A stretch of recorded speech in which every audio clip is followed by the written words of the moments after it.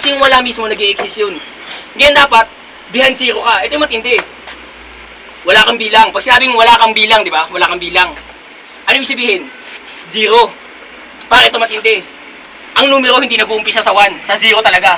Hindi pwedeng magkaroon ng 1 pag walang 0. Kumbaga yung 0, nag-i-exist talaga yung 0. All 0, 0 siya, wala siyang value. End of the world. Pero nag-i-exist si 0. Diba 0 nga siya? 0 wala eh. Diba 0 wala. Pero si 0 nag-i-exist. Hindi, kung talagang si 0, itong patunay, nag-i-exist si 0. Pag si 0 hindi nag-i-exist, ang umpisa ng bilang 1 agad. Pasok na ito, pastor. Yun ang sintomas. Ayun ang katibayan na walang 0. Pag si 0 talaga walang bilang, ang umpisa ng bilang 1. Hindi nadadaan sa 0 kasi si 0 nga wala eh, di ba?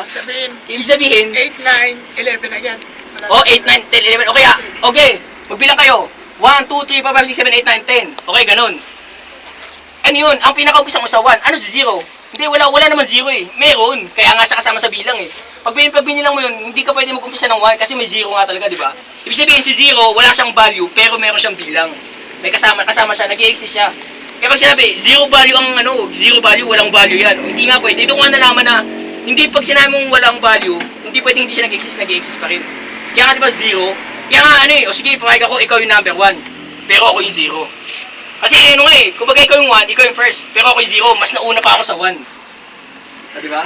Alive, alive, alive forevermore. Ilang milliliter ituturo ko sa kanya mamaya? Hindi pa. 1,000? Ano yun? 1.5. Matindi yun.